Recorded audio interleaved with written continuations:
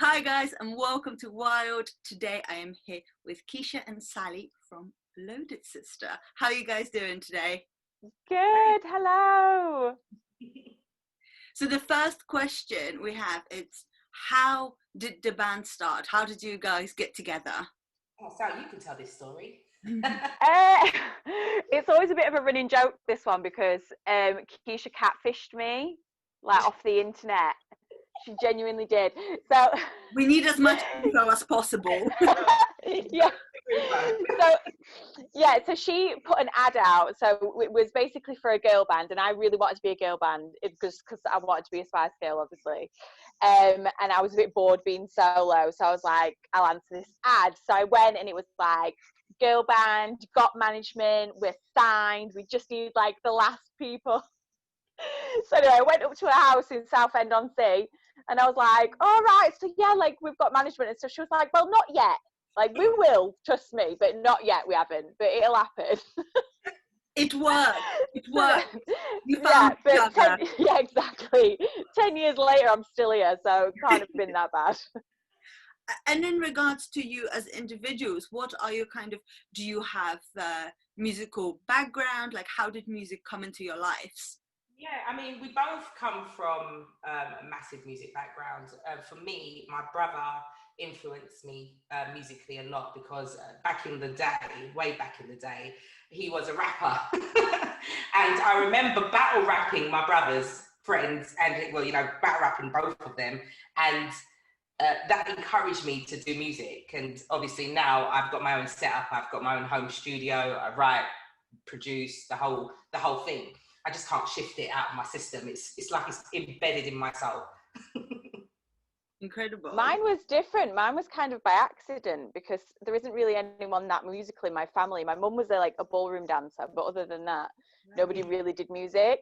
So it was just by accident that people found out I could sing. Because I used to go to band. I was in band group, and I played the saxophone, but I actually couldn't play it. I was rubbish. But because I was a geek and all my friends were geek, I just used to mime the the saxophone in an orchestra. So I used to pretend I could play it, but I actually couldn't. But we used to sing on the way to band. So they found out I could sing, and then that was it. Like, as soon as my parents thought I was actually talented at anything, they were like, right, let's get you at every audition in the country. So that's what I did. Which is obviously what's going to lead us to the next question, the voice. Yeah. Tell us about your experience there. That was, I can't even put it into words. Like, it was one of the most amazing experiences and the most soul destroying all at the same time. Because nobody ever goes into one of those shows and thinks, yeah, we're going to lose. You always want to go in to win, you can't go in with that negativity of I'm going to lose. So when you do lose or come, I don't even know where we came, but you automatically have this horrible feeling inside, like we're not worthy, or I'm not good enough, or I'm never going to amount to where I want to be with regards to music. But yeah, one of the best experiences, I think, personally, with regards to TV work. I think the first audition, the only way you can describe it is like going to the edge of a cliff and then just jumping off, and you just don't know what's going to happen. You honestly do not know what's going to happen.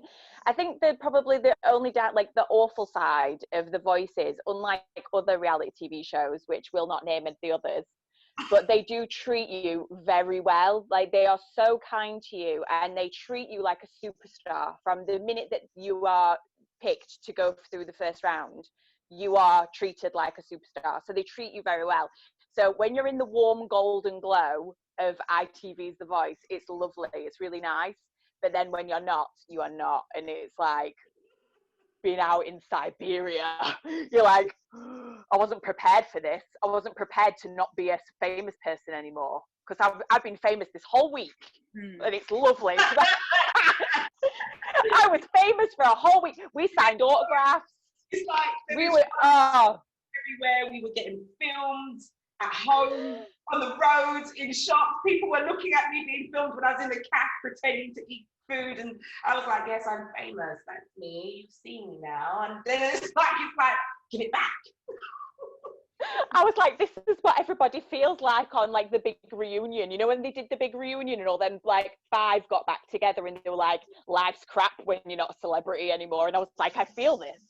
It was very fleeting, but I feel that hard. But you have to tell us what were the most exciting opportunities that you have gotten through going on The Voice? It has opened quite a few Yeah. doors. It's given us like, I mean, we went on Lorraine as well, and it gave us an opportunity to speak about subjects that, well, that really mattered to us. You know, it's literally, essentially, The Voice has given us a voice. That's the only way I can personally sum it up. And over to you, Sal. Yeah, I mean, as far as like labels are concerned, it's a funny one because it can be quite polarizing. Some people find it a negative and some people find it a positive. You know, it's kind of like one of those things, like we've seen loads of labels since, obviously, because you end up sort of going around and taking your music everywhere, and it's one of those where, you know, you'll say like, oh well, you know, it was great that we did The Voice because nobody can argue that we can sing now, like, you know, we can sing because we did The Voice. And it was like, so what, everyone can sing, you know. They just didn't care at all that we'd done it as full stop. And then I think yeah, I don't know, it's one of those where you expect, I think we expected more out of it. I think we expected more of like, because it was really weird, like some people got a really big social media following from it, but we got like barely any, and the ones that we got our Instagram hacked. Yeah, we got hacked. And then we lost them. We got being on The Voice. We got hacked. Yeah, we lost our account, so we lost all of our fans that we had. And Instagram wouldn't give it us back, so that was a bit of a nightmare. So I think that there were aspects of it that we thought, oh no, this is going to happen and this is going to work, and then afterwards we were like, damn, that's why you should go on Love Island, man, because that's where the money is. If you want a million followers, yeah, that's definitely where it is. Yeah, we were like, wrong show. Might not necessarily show off your musical talents, but it will get you the following. So hey, it still gets you a record deal from what I've seen. So, you know, good all round is Love Island. What would you say to somebody? What kind of would you recommend to keep in mind for somebody who's thinking of applying to a music show, to a musician that's thinking about applying to a music show? I would just say, personally, lower your expectations, because if you have minimal expectations, you're less likely to feel the burn that we felt. And we did feel the burn. It burnt so hard. Like, I remember when we left the building and we gave back clothes, I remember walking with Sally crying.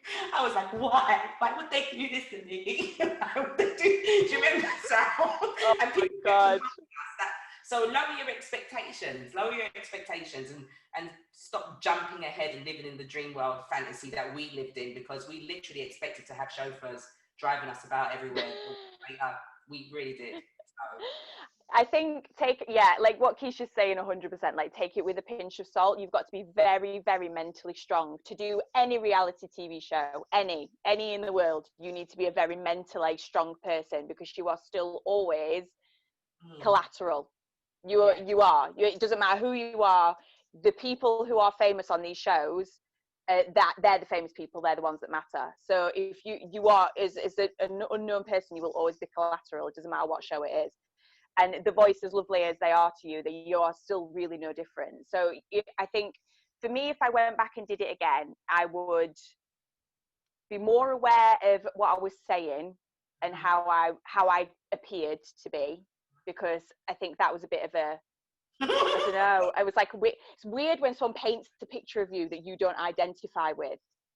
That's quite odd at first anyway. No, what she's trying to say is that when you talk like the way we talk and we have zero filter, I'm surprised we haven't sworn throughout this entire interview. We've learned now. That's what we actually learned off The Voice, how not to swear in interviews. How not to swear, and we also learned how to control what we say. Because when you do something like that for the first time, because I think The Voice was the first time we ever went on TV like that, and you know, they ask you questions and you just talk, and they want you to talk because the more you talk, the more they have to edit. Little did we know that was like, we're just getting you girls comfortable, so you really talk, and we did really talk, and then they took all those bits that we really talked on and put that out as the forefront, and it made us look a little bit like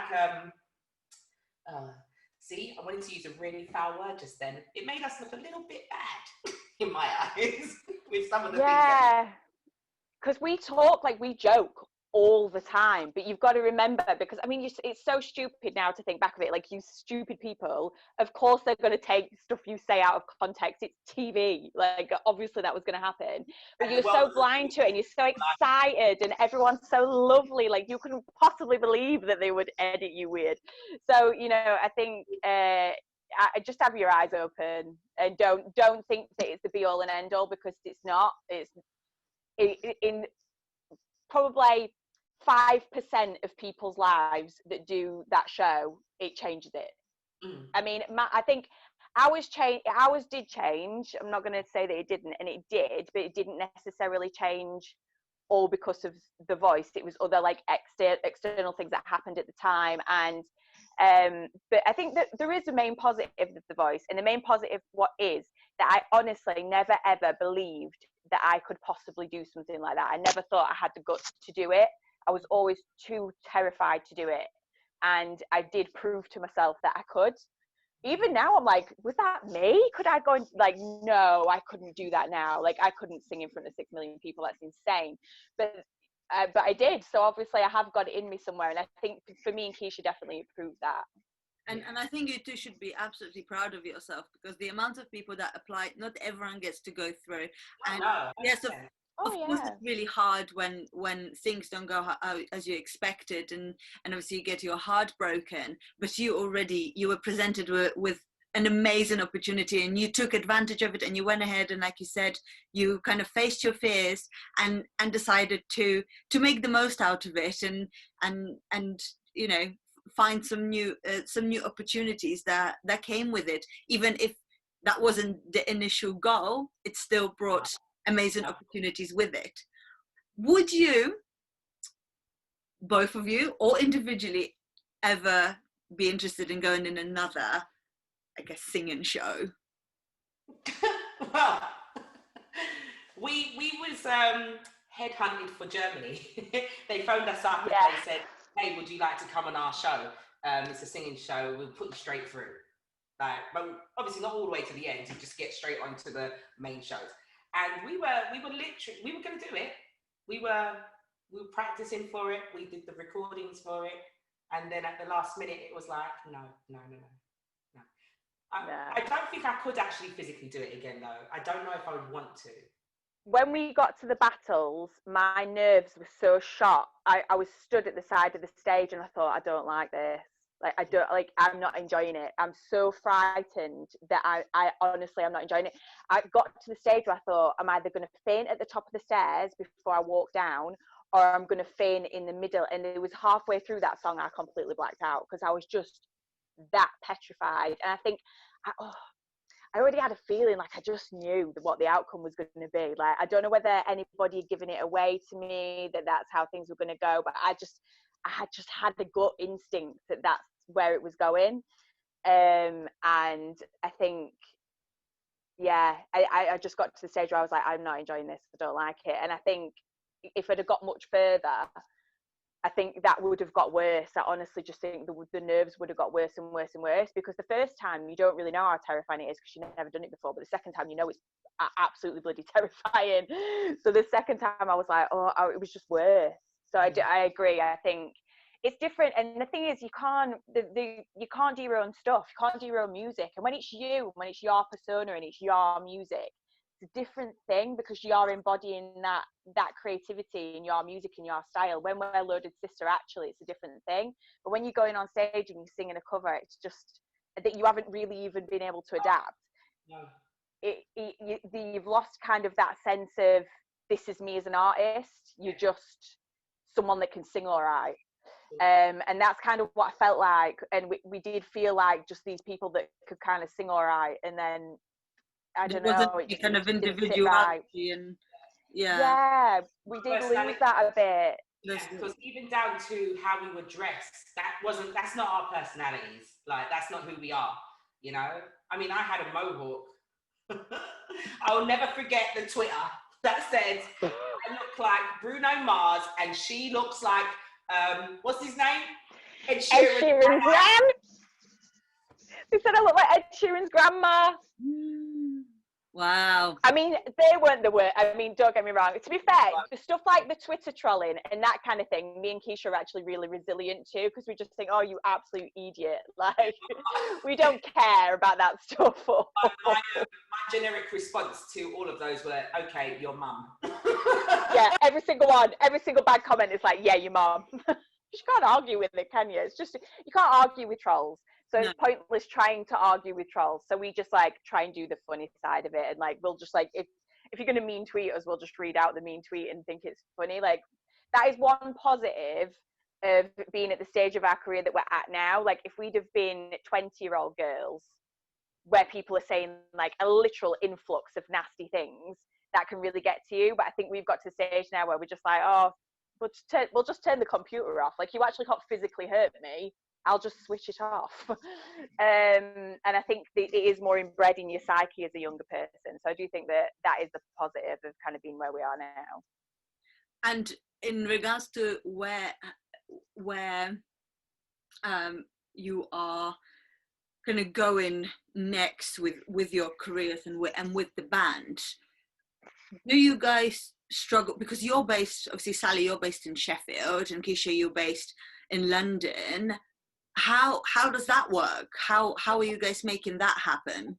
Prior to that, we were still doing like little rehearsals. Sally used to come down a lot, and then obviously COVID hit, and I came into a little bit of cash, and I was like, I'm setting up a home studio. I'm a qualified sound engineer. Why haven't I got a home studio? And so I did. I bought all my bits and told Sally what mic to buy. So she bought a mic, and now all I do is I sit at home, write songs, record it, demo, send off to Sally. Sally, these are your bits, record it and send it back.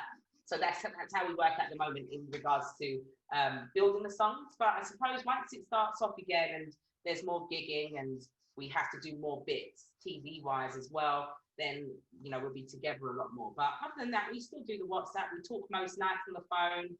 Half of it's not even about music. We're just talking like a couple of pair of old. Yeah, music's like 10 minutes of any conversation that we actually have. We're talking about like our day or life in general. But yeah, it's like Keisha says, like it is difficult to juggle it. I mean, COVID definitely been an issue, because before, like she says, like I used to travel like once a month maybe or something, and it was like enough and it was fine. It would be like studio time. You'd be spending loads of money on studio time, or recording, or doing a video, taking photos, doing a photo shoot, whatever. But now it's more convenient. So now if she has to come down, it's 100% certified. That is something amazing, like the video shoot that we're going to do soon. Sure, everyone has to adapt at the moment and kind of make the most out of the situation, and change the ways that they're used to working to make it work for them. Obviously, it's a very uncertain time at the moment. But yes, the next question is for those who will be watching this and don't know you guys. How would you describe your music to somebody that has never heard you before? We had this chat the other day. What did we call it, Sally? We invented our own kind of genre, because we felt like it was quite. Yeah, it's quite difficult to put us in a box. So like if anybody asks us, like if press asks us what our genre is, we always say commercial urban. Basically just pop music, but with like a hip hop beat, which effectively is what it is. But people just love putting you in boxes, which we're like, why? We don't really understand that. It's crazy to us. We've got classical songs with rap on it. We've got the new song that's coming out is actually a drill beat, but it's got some smooth vocals on it. It's like, it's just a mix match of every last genre you could possibly think of. Because one day I could wake up and be like, oh my God, this rock beat is banging. And I'm like, I'm going to write to this today. And then tomorrow I'll be like, no, I definitely want 100% hardcore hip hop. Like, we you can't put us in a box. I don't want my ability to be stunted. I think we've definitely got our own sound, which is always the resounding feedback, is we have our own sound, and that is basically we've got very big voices, we've got quite unique voices, and we are very kind of like pro-female, very kind of female centric. We're quite like bolshy, like we want to empower women and make women feel good, and like a lot of our music is about like either getting out of bad relationships or not listening to like Flex basically is about just not listening to people that are haters against you. So it's people that are constantly talking about you, but they say negative things. So it's just about like, I don't care, I'm going to do it anyway. Which is basically, that's Load of Sista. Everybody says that we shouldn't be together, but yet here we are. So we don't care. For so long because they've said to us, you shouldn't be together. You're black, she's white. She does country and you do hip hop. No, I don't. I actually like Dolly Parton and she like listens to more hip hop than I do. Like, you know what I mean? Always. Where do you guys get your inspiration from your music? As you said, you listen to the hip hop, you listen to country. What artists do you find most inspirational for your music? You know, right, as a songwriter, it's really difficult to listen to other artists. And don't get it wrong, all my music that I listen to now is from the 90s and early 80s, well, late 80s, early 90s. And I can say most of my music has a story to it. And people don't actually write like that anymore. Everything's like, I'm going to go to the club, I'm going to get a drink, and I'm going to get mashed and find some girls, let's go home. My music that I write, I literally there's a story to it, a start, a beginning, a middle, and an end, and I feel like that's come from the whole late 80s and 90s era of music, because back then it used to be a whole story. I mean, what's that Mario song where he literally talks about how he gets up, meets a girl, falls in love, gets married? The whole storyline is there. So personally, my music, I get my inspiration from the 90s, early 90s, late 80s. But modern music, I really don't listen to it. I don't try and have the influence too much from modern music, which is, it's not a bad thing. I don't want it to take away from what I can bring to the table, I think what Keisha's saying is it's very easy. Like if you listen to any playlists on Spotify at the minute, which can I just say is like the hardest thing to get your music on a playlist. Like if you ain't got a big label paying for that, it is incredibly difficult. So this is like the tide that we're swimming against at the minute. But most of the playlists, they all like a lot of the music. Like if you listen to Capital Radio, 90% of them songs sound exactly the same at the minute, and it's because there's a formula that clearly works. It gets you on a playlist, it gets you listened to on YouTube. Obviously nobody's clubbing anymore, but it's got that vibe. It's kind of got that, there's that specific sound. You can kind of, we fell into that trap a little bit, because you can kind of hear it a little bit on Hustler, that slight sound of like what's hitting in the clubs at the minute, or like, well, what's hitting on the playlist. And I think that even we felt pressured into making that style of music, because we knew that had a better chance of getting listened to than anything original. But I think now, probably that was last year. This year, it's been a case of like what Keisha's saying. It's like we don't really want that influence. We want something that is very unique and it is completely different, because like it or love it, you should have some feeling towards it. And your new single, Flex, comes out today, 15th of October. Yeah. Tell us everything about it. How is it unique? What's the song about? Everything there is to it. So, Flex, right? It wasn't actually called Flex to begin with. It was called Bad Mind. Something happened. Sally can tell you this. Anything that happens to me on a daily basis, if I wake up in a bad mood, I'm writing a song that reflects my mood. If I'm happy, oh my God, it's the best song, the happiest song ever. But I think that day when I wrote that song, I think I was told about 3 times by 3 different people that we need to basically worry about our age, worry about our size, worry about how we're going to be taken, how people are going to take us. And I just thought, do you know what? Instead of just being like go on, do what you're doing. I'm proud that you're still committed and you're still doing what you're doing and your music is actually quite good. It was just 100% negativity. So Flex is about just being who you are and doing what you want to do. Don't care about anything anybody has to say, because if they're coming with that negative energy, you just repel it. You need to get some of that Flex holy water, as I'm going to call it. I'm going to bottle it, and you just need to flick it at them as they're going past, like flicking on all the haters. And yeah, that's what the song's about. Amazing. Yeah. And alongside Flex, the following month, you have your new EP coming out. What can we expect on there? Yeah, you can go, Sal, you can say this one. The EP, it's kind of like, it's a bit like a chocolate box of like different things. So there will be something for everybody on the EP, depending on what kind of style that you like. There's ones that are a bit more heavily rap based, there's ones that are a bit more vocal. So yeah, there's definitely a lot on there, and every single one is different to the other. There's no song that sounds the same, and there's no song that's like, there's no filler songs on there. You know, when you buy, like, you know, when you get an artist's album and you get like to a few songs towards the end and you're like, they're the filler songs, you know, like the album songs. None of that. Or every song is a good song in its own right, and we've been very selective. It got rewritten halfway through this year when COVID happened, because Keisha had no else to do other than think, I'm rewriting this stuff. So yeah, there's definitely something for everybody on there, and it is definitely something that's going to be different. And I think with us, it's, you have to be, you've got, like, we're for the people that want something different, and we always have been. And if you had to, what would you say is your favorite song on the album? The one that you have to listen to on the EP? I know, I thought, do I dare ask this? And I thought, I'm gonna throw it out there and see what you've got to say. Every song I love, right? But Sally will tell you this, every time I write a new song, I'm like, this is the best one. I love this one. With the EP, every song there is actually my favourite song. And it's not because I wrote it, it's because like we literally have so many songs, and I sat there and I was like, that's a banger. Oh, that's a banger.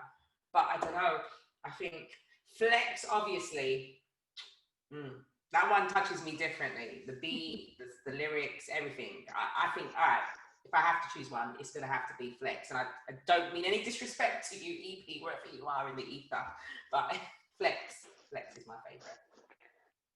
Amazing. And obviously at the moment it's a very uncertain time with what's happening in regards to the events, in regards to the entertainment industry. However, what are you working towards next? Kind of, what are your plans for the near future, for the things that you can plan? I think really it's videos.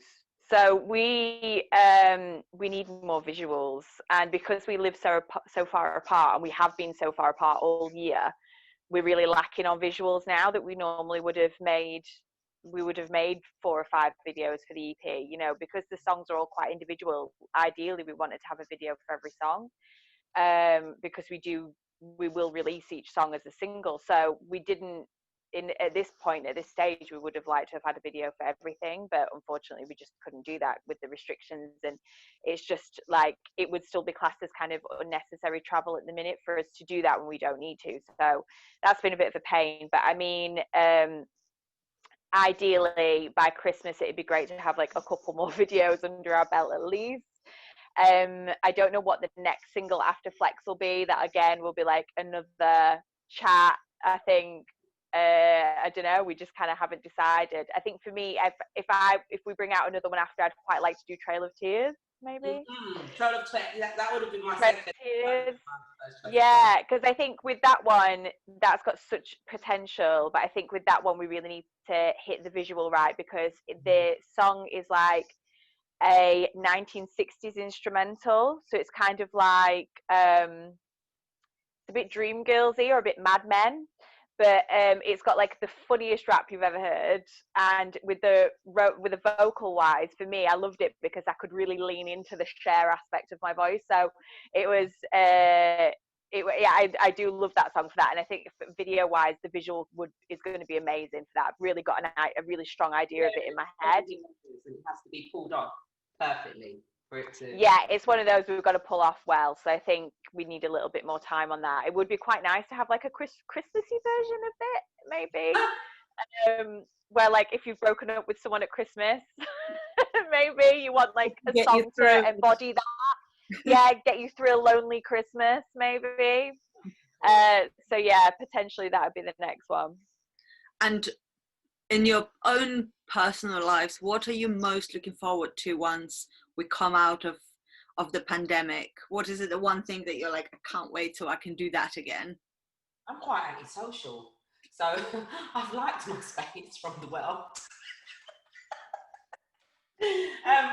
Other than that, I really cannot wait to meet up with Sally properly and go out, like really go out. Have a proper dance off. Yeah. When we go out, we end up in the world. When we go out, we go out. Yeah. We don't know where we're going, and we used to go out on just a £5, and we'd come home with that same £5. Those are the best nights. Yeah, we'd come home with like, I think we used to make money on an evening, but no, I know it sounded really bad, didn't it? But no, yeah, when we go out, we don't go home until definitely the next day, and we never grew out of that. You always have the evidence. We've got bruises. Yeah.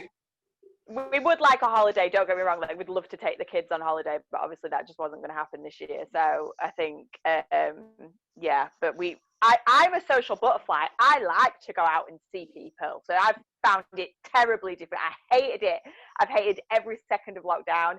I had 1 month of furlough, which was lovely because I got to spend the whole month with my little boy, but once like the kids have gone back to school now, I'm just like, over it, get me out. Well, I miss London. Absolutely.